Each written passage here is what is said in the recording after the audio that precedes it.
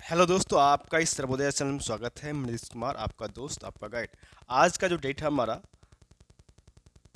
13 अक्टूबर 2022। दोस्तों, आज का जो हमारे इम्पोर्टेंट न्यूज़ जो होंगे उसके बारे में डिस्कस करूंगा।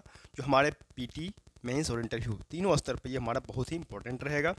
क्योंकि आपको जानकारी है, आप ही जान रहे हैं, क्योंकि 67वीं मेंस जो 67वीं बीपीएससी का जो मेंस है हमारे सामने है, दिसंबर में होने वाली है। ठीक है, तो उसको हम देखेंगे। चीज़ें आगामी जो भी एग्ज़ाम होने वाले हैं उस एग्ज़ाम को देखते हुए मैं इस चीज़ को डिस्कस करूंगा, चीज़ें को। तो इसमें बहुत सारे करंट अफेयर्स ऐसे हैं जो आपके आगामी एग्ज़ाम में आने की संभावना ज़्यादा है। अगर आप बीपीएससी का मेंस देंगे या यूपीपीएस का या आईएएस का देंगे, सारे एग्जाम के पॉइंट ऑफ व्यू से बहुत ही इंपॉर्टेंट सेशन होने वाला है ये। कृपया जो भी हमारे चैनल पर अभी तक नए हैं, जिन्होंने सब्सक्राइब नहीं किया है, तो आप कृपया सब्सक्राइब जरूर, शेयर और सब्सक्राइब जरूर कर दें, ताकि जो आने वाले हमारे जो नोटिफिकेशन होंगे वो आपको आसानी से प्राप्त हो सकेंगे। दोस्तों, कुछ दिनों में इधर बीच में आपका ये सेशन नहीं हो रहा था, क्योंकि बीपीएससी का पेपर था, दशहरा भी था और चीज़ें कुछ मेंस में चीज़ें लगे हुए थे, चीज़ इसलिए ये चीज़ें नहीं हुआ था। लेकिन अब से अब ये कंटिन्यू चलेगी। अब से ये कंटिन्यू सेशन ये चलेगा। कृपया जो भी अगर हमारे सेशन में पुराने भी हैं तो उनको भी मैं ये कहना चाहूँगा कि कृपया आप इस चीज़ को शेयर और सब्सक्राइब जरूर करेंगे, ताकि जो भी प्रिपरेशन कर रहे हैं उनको ये लाभ जरूर मिले। चलिए, तो हम लोग स्टार्ट करते हैं। हमारा आज का जो सेशन होगा, फर्स्ट टॉपिक क्या है कि हमें अपनी लक्ष्मण रेखा मालूम है, लेकिन नोटबंदी पर करेंगे सुनवाई। सुप्रीम कोर्ट का ये कहना है, कथन है। इसमें हम देखेंगे चीज़ें क्या है। तो सुप्रीम कोर्ट ने तय किया है, क्या किया है, तो सुप्रीम कोर्ट ने तय किया है कि वह केंद्र सरकार के नोटबंदी के फैसले की न्यायिक समीक्षा करे। क्या करेगा? जुडिशियल रिव्यू, मतलब न्यायिक समीक्षा करेगा और कानूनी पहलू परखेगा। बुधवार को कोर्ट ने कहा कि सरकार के नीतिगत निर्णयों के न्यायिक समीक्षा के बारे में उन्हें अपना लक्ष्मण रेखा मालूम है, लेकिन वह सरकार के 2016 के 2016 में नोटबंदी लागू हुआ था, 2016 के जो नोटबंदी के फैसले थे उसको परखेगा। ठीक है, केंद्र ने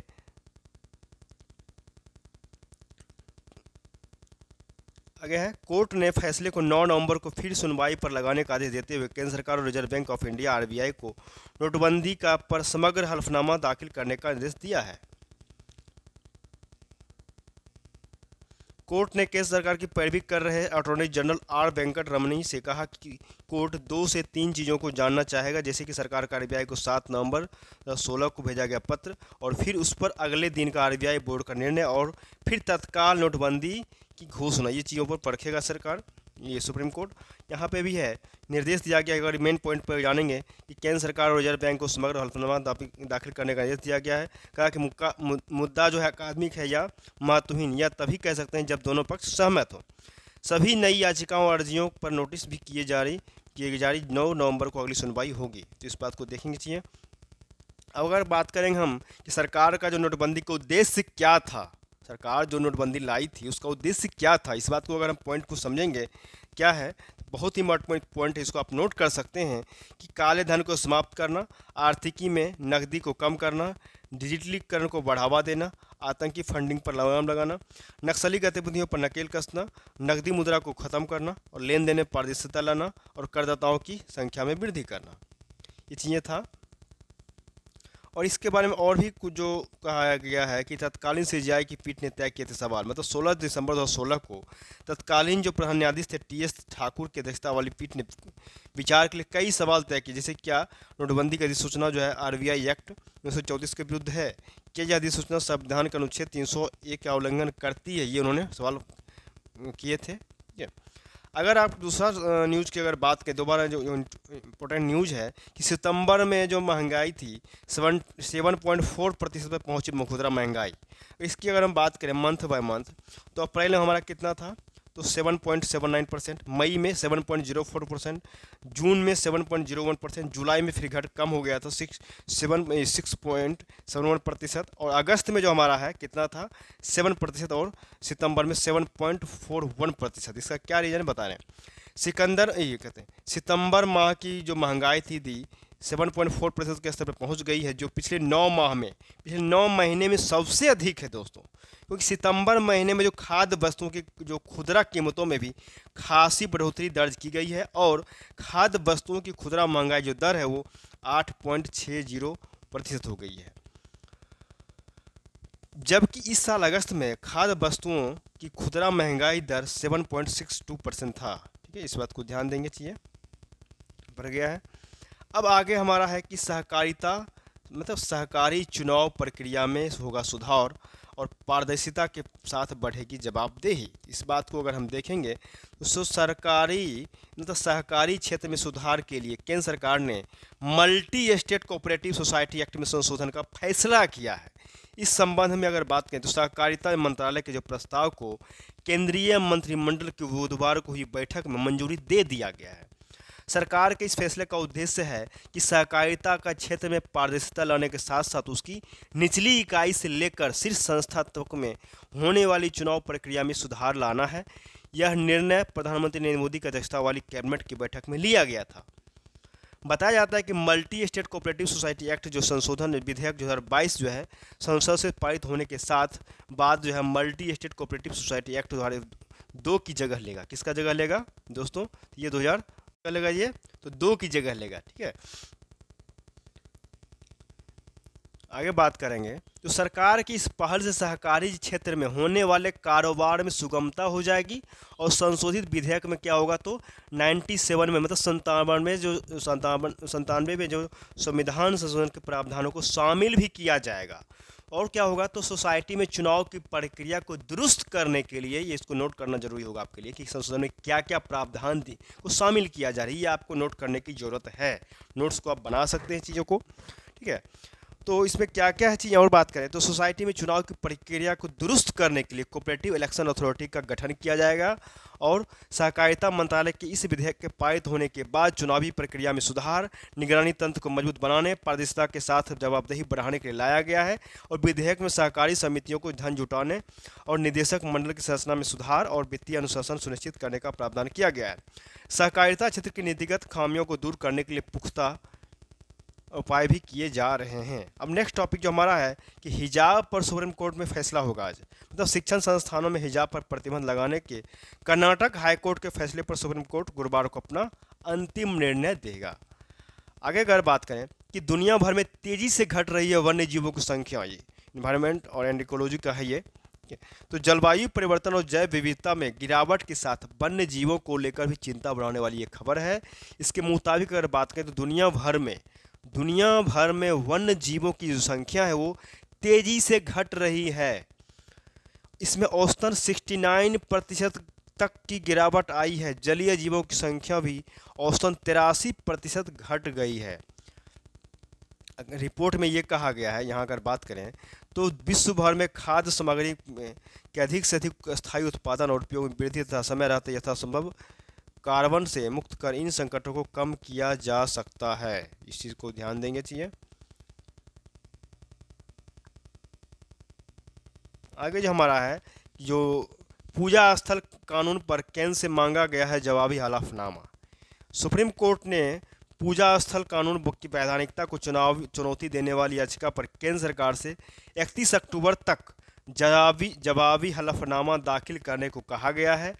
मामले में कोर्ट जो है 14 नवंबर को फिर सुनवाई करेगा। पूजा स्थल जो कानून है 1991 1991 ये कहता है कि देश भर में पूजा स्थलों की वही स्थिति रहेगी जो 15 अगस्त 1947 को थी।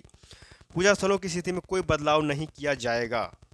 याचिकाकर्ताओं का कहना है कि यह कानून जो भेदभाव वाला है, इसमें आक्रांताओं द्वारा जबरदस्ती कब्जा करके पूजा स्थलों के बदले और यह कानून जो है हिंदुओं, सिखों, बौद्धों और जैनियों की अपने पूजा स्थल वापस लेने से रोकता है। जमीयत उलमा ए हिंद ने भी सुप्रीम कोर्ट में याचिका दाखिल की है और पूजा स्थल कानून का समर्थन भी किया है। इस मामले पर कोर्ट का विचार करना काफ़ी महत्वपूर्ण होगा क्योंकि वाराणसी में ज्ञानवापी और मथुरा में कृष्ण जन्मभूमि के साथ लगी ईदगाह मस्जिद पर हिंदू पक्ष के दावे के मुकदमे निचली अदालतों में ये लंबित है। तो इस बात को ध्यान देंगे। अगला जो हमारा न्यूज़ है, हमारा जो इम्पोर्टेंट है कि रद्द आईटी जो एक्ट की धारा 66A था के तहत नहीं चलेगा कोई केस। ये सुप्रीम कोर्ट का कहना है। क्या है तो सुप्रीम कोर्ट का कहना है कि वर्ष 2015 में ही रद्द किए जा चुके आईटी कानून 2000 की धारा 66A के तहत किसी भी नागरिक पर मुकदमा नहीं चलाया जा सकता है। सर्वोच्च न्यायालय ने इस बात पर भी आपत्ति जताई है कि वर्षों पहले खत्म की जा चुकी धारा पर अभी तक कैसे मुकदमा दर्ज हो रहे हैं। आईटी एक्ट की धारा 66A के तहत जहां कहीं भी किसी नागरिक के खिलाफ केस दर्ज हो या मुकदमा चल रहा हो, उसे तत्काल खत्म किया जाए। उन्होंने सभी राज्यों और केंद्रशासित प्रदेशों के डीजीपी और गृह सचिवों को निर्देश जारी किया गया है कि धारा 66A के उल्लंघन के तहत किसी भी नागरिक के खिलाफ कोई केस दर्ज नहीं करें, ये उन्होंने कहा है। इसको भी देख लेंगे कि रेलवे कर्मियों को 68 दिन का बोनस केंद्रीय कैबिनेट ने मंजूरी दे दिया गया है। प्रधानमंत्री मोदी की अध्यक्षता में केंद्रीय मंत्रिमंडल ने बुधवार को रेलवे कर्मचारियों को 78 दिन का बोनस देने की स्वीकृति प्रदान की है। इससे रेलवे के लगभग 11.27 लाख राजपत्रित जो कर्मचारी हैं उसको लाभान्वित होंगे। वो हर पात्र रेलवे कर्मचारी को अधिकतम क्या करेगा, तो अधिकतम जो है 17,991 रुपये मिलेगा। और सूचना और प्रसारण मंत्री ने यह जानकारी दिया है। और रेलवे में बोनस का भुगतान जो है ट्रैक मेंटेनर, ड्राइवर और guard, station master, supervisor, technician helper, controller और प्लांट्समैन, मिनिस्ट्रियल स्टाफ और ग्रुप सी स्टाफ सहित विभिन्न श्रेणियों में को किया जाता है। इस पर कुल 1,832.09 करोड़ रुपये खर्च होंगे। इस बात को ध्यान देंगे। और ये भी इम्पोर्टेंट है यहाँ पे कि गुजरात में दीनदयाल बंदरगाह पर कंटेनर टर्मिनल को मंजूरी दे दिया गया है। क्या है, तो मंत्रिमंडल ने सार्वजनिक निजी भागीदारी मॉडल के तहत गुजरात में टूना टुकुरा दीनदयाल बंदरगाह पर एक कंटेनर टर्मिनल विकसित करने के प्रस्ताव को मंजूरी दे दिया गया है। इस परियोजना के तहत सामान्य उपयोगकर्ता जो है सुविधाओं के विकास के लिए 4243.64 करोड़ की अनुमति की लागत से वाहन रियायत ग्राही की ओर से, जबकि 296.20 करोड़ रुपये की लागत से वाहन रियायत प्राधिकारी की ओर से किया जाएगा। तो इसको देख लेंगे, चाहिए ये भी इंपॉर्टेंट है हमारा। चाहिए आगे है कि सीआरपीसी में हाई कोर्ट आगे की जांच को दे सकता है आदेश। मतलब क्या कि सुप्रीम कोर्ट का यह कहना है कि दोस्तों किसी भी आपराधिक मामले में हाई कोर्ट आगे की जांच या फिर से जांच कराने का आदेश दे सकता है, फिर चाहे मामले में आरोप पत्र दायर हो चुका हो या सुनवाई अदालत मामले की जांच का आदेश देने में विफल रही हो, ताकि न्यायिक प्रक्रिया सुरक्षित रहे। बिहार से जुड़े एक मामले में 44 पेज के फैसले के जस्टिस महेश्वरी ने कहा कि जब मूल अधिकार के तहत एक मामले में आग की जांच के आदेश दिए गए हैं, जबकि दायर किया गया आरोप पत्र मजिस्ट्रेट के पास है, तब सीआरपीसी की धारा 173(8) की सीमाओं को समझा जा सकता है। यह एक उपयुक्त मामला है जहां हाई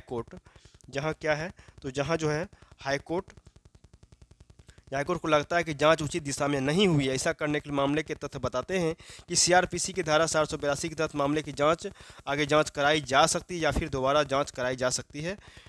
ठीक है, तो सुप्रीम कोर्ट ने याचिकाकर्ता देवेंद्र नाथ सिंह की पटना हाईकोर्ट के खिलाफ दायर अपील जो है खारिज कर दिया है। इस बात को ध्यान देंगे चीज़ों को। ठीक है, चलते हैं आगे नेक्स्ट आर्टिकल की तरफ।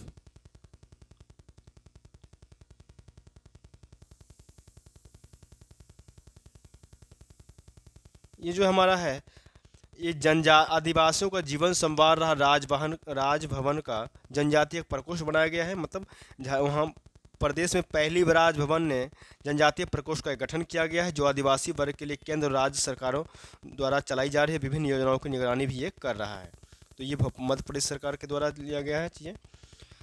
आगे अगर बात करें, ठीक है, तो हमारा जो आगे का जो इम्पोर्टेंट न्यूज़ है वो हमारा है गाम्बिया भेजे गए कफ सिरप में गड़बड़ी का आरोप दिया गया है। चाहिए तो आपको जानकारी है कि अफ्रीका देश के गाम्बिया में 66 बच्चों की मौत के पीछे भारत से सप्लाई किए गए कफ सिरप की आशंका को केंद्र सरकार ने गंभीरता से लिया है। क्या किया है, तो उसको गंभीरता से लिया है,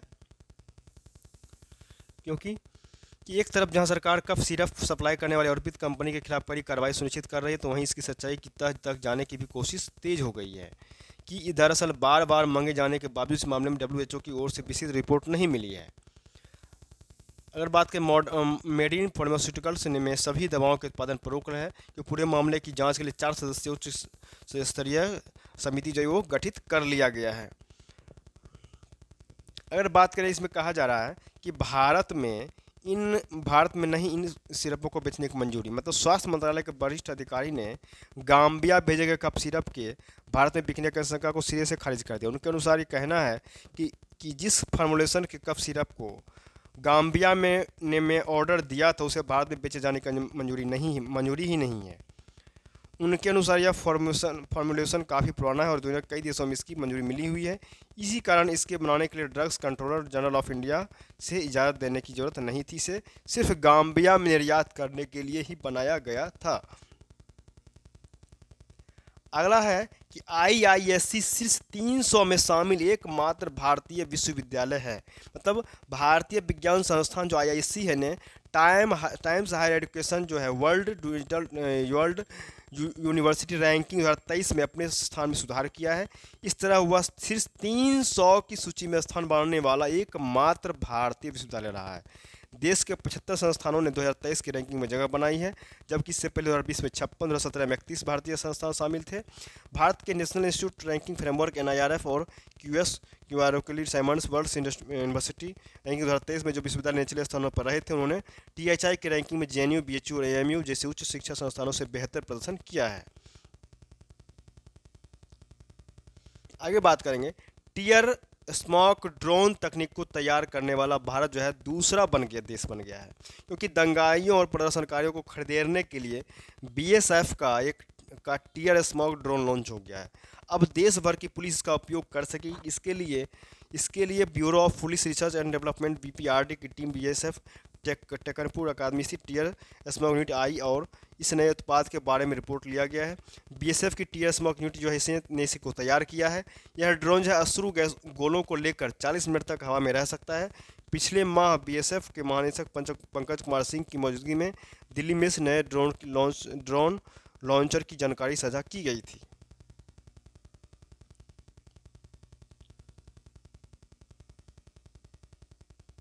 चलिए आगे बात करें हम 5G सॉफ्टवेयर जल्द अपडेट करें कंपनियां। ये कहा जा रहा है कि इसमें ये बोला जा रहा है कि आपका स्मार्टफोन ये क्या कहते हैं तेज़ गति के लिए प्रसिद्ध 5G जो है 1 अक्टूबर को लॉन्चिंग के बावजूद देश में अपनी गति नहीं दिखा रहा है। क्या किया जा रहा है? ठीक है, तो ये जो है गति नहीं दिखा रहा है। क्या किया जा रहा है? गति नहीं दिखा पा रहा है, क्योंकि इसका कारण यह है कि ना तो दूरसंचार कंपनियां पूरी तरह से दुरुस्त सेवाएं दे पा रही है और ना ही फ़ोन निर्माता कंपनी अपने मोबाइल सेट को इस लायक बना पाई है। कई स्मार्टफोन कंपनियों ने अभी अपने 5G सक्षम फ़ोन के सॉफ्टवेयर को अपडेट नहीं किया है, तो कई धीरे धीरे इस काम को कर रही है। अब ये भी कहा जा रहा है कि 10,000 रुपये से अधिक के स्मार्टफोन 5G के अनुकूल होंगे। मतलब स्मार्टफोन निर्माता कंपनियों के प्रतिनिधि और दूरसंचार विभाग के अधिकारियों के बीच बुधवार को बैठक हुआ था। इसमें कंपनियों के प्रतिनिधि ने भाग लिया। उन्होंने कहा कि अब ये 10,000 रुपये से ज़्यादा मूल्य वाले 4G स्मार्टफोन का निर्माण धीरे धीरे बंद करेंगे और इनको 5G के अनुकूल बनाएंगे। एक अधिकारी ने यह भी बताया है कि कंपनियों ने कहा है कि 10,000 रुपये से अधिक मूल्य वाले सभी स्मार्टफोन को 5G के अनुकूल बनाएंगे। अधिकारी ने यह भी बताया कि अभी देश में करीब 75 करोड़ मोबाइल फ़ोन उपभोक्ता हैं, जिसमें से 10 करोड़ के पास 5G के अनुकूल स्मार्टफोन है।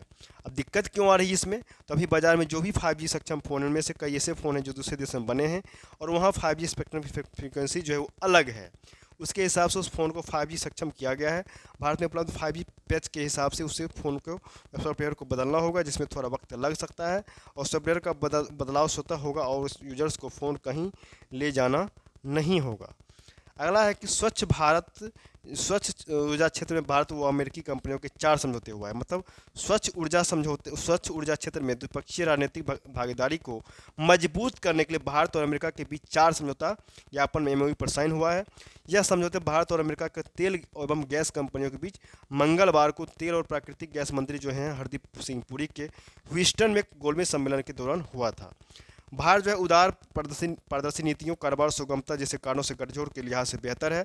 बैठक में अमेरिका और भारत के बीच सार्वजनिक तथा निजी दोनों क्षेत्रों में ऊर्जा भागीदारी और अवसरों को टटोला गया। पुरी ने कहा कि अगले 2 दशक में वैश्विक एनर्जी मांग में भारत की हिस्सेदारी करीब 25% होगी। अगला है कि भारत का कर्ज GDP अनुपात 84% रहने का अनुमान है। मतलब अंतर्राष्ट्रीय मुद्रा कोष IMF ने अनुमान जताया है कि 2022 के अंत तक भारत कर्ज सकल घरेलू उत्पाद जो GDP के अनुपात में 84% रह सकता है। यह कई उभरती अर्थव्यवस्थाओं में अधिक है। हालांकि इसके साथ अच्छी ये बात यह भी है कि भारत का कर्ज ऐसा है कि जिसको संभालने को लेकर कोई बड़ी समस्या नहीं है। भारत के लिए जरूरी है कि उसके पास राजकोषीय मोर्चे पर मध्यम अवधि का लक्ष्य बिल्कुल साफ होना चाहिए। उन्होंने ये भी कहा कि लोगों और निवेशकों को आश्वस्त करना बहुत महत्वपूर्ण होगा कि चीज़ें नियंत्रण में है, आने वाले समय में स्थिति नहीं बिगड़ेगी। उन्होंने ये भी कहा कि हर वर्ष कर्ज लेने की आवश्यकता महत्वपूर्ण है, यह जीडीपी का लगभग 15% है। उन्होंने ये भी कहा कि राजकोषीय घाटा भी सकल घरेलू उत्पाद का लगभग 10% है, यह ज़्यादातर उभरती अर्थव्यवस्थाओं के मुकाबले ज़्यादा है। कुल राजकोषीय घाटे में से करीब 6.5% केंद्र और शेष राज्यों का है। ठीक है, इसको कुछ कर लेंगे चीज़ों को। आगे है क्या, तो अमेरिकी संग्रहालय में ये है प्राचीन मूर्तियां, मतलब भगवान नरसिंह की योग मुद्रा की बाएं और विघ्न विनाशक गणेश की प्राचीन मूर्ति, दोनों मूर्तियां तमिलनाडु के तिरुवरुवर में अलाथुर स्थित श्री वेणुगोपाल स्वामी मंदिर की है। ये लगभग 50 वर्ष पहले मंदिर से मूर्तियां चुरा ली गई थी। अब तमिलनाडु आइडल मूर्ति विंग सीआईडी ने पता लगा लिया कि मूर्ति अमेरिका के मिसौरी प्रांत के हुबाबा सिटी स्थित नेशनल आर्टकिंस संग्रहालय में है। इन्हें स्वदेश ले आने के लिए आवश्यक दस्तावेज जमा किया जा रहा है। इस बात को आप देख लेंगे चीज़ों को। ठीक है, तो यहाँ तक हम लोगों का आज का जो मेन इंपॉर्टेंट जो न्यूज़ था उसको मैंने डिस्कस किया आप लोगों के सामने, और इसको आप नोट्स बना सकते हैं चीज़ों को। ठीक है, और जो भी अगर हमारे शेयर और सब्सक्राइबर अभी तक नहीं किए हमारे चैनल पर, उसको आप जाके आप शेयर और सब्सक्राइब जरूर करें, ताकि जो भी आप आगे आने वाले जो नोटिफिकेशन होंगे वो आपको आसानी से प्राप्त हो सकेंगे। तो ठीक है, चलिए ठीक है, तो हम लोग फिर अब कल नेक्स्ट सेशन में मिलते हैं। तब तक के लिए बहुत बहुत धन्यवाद।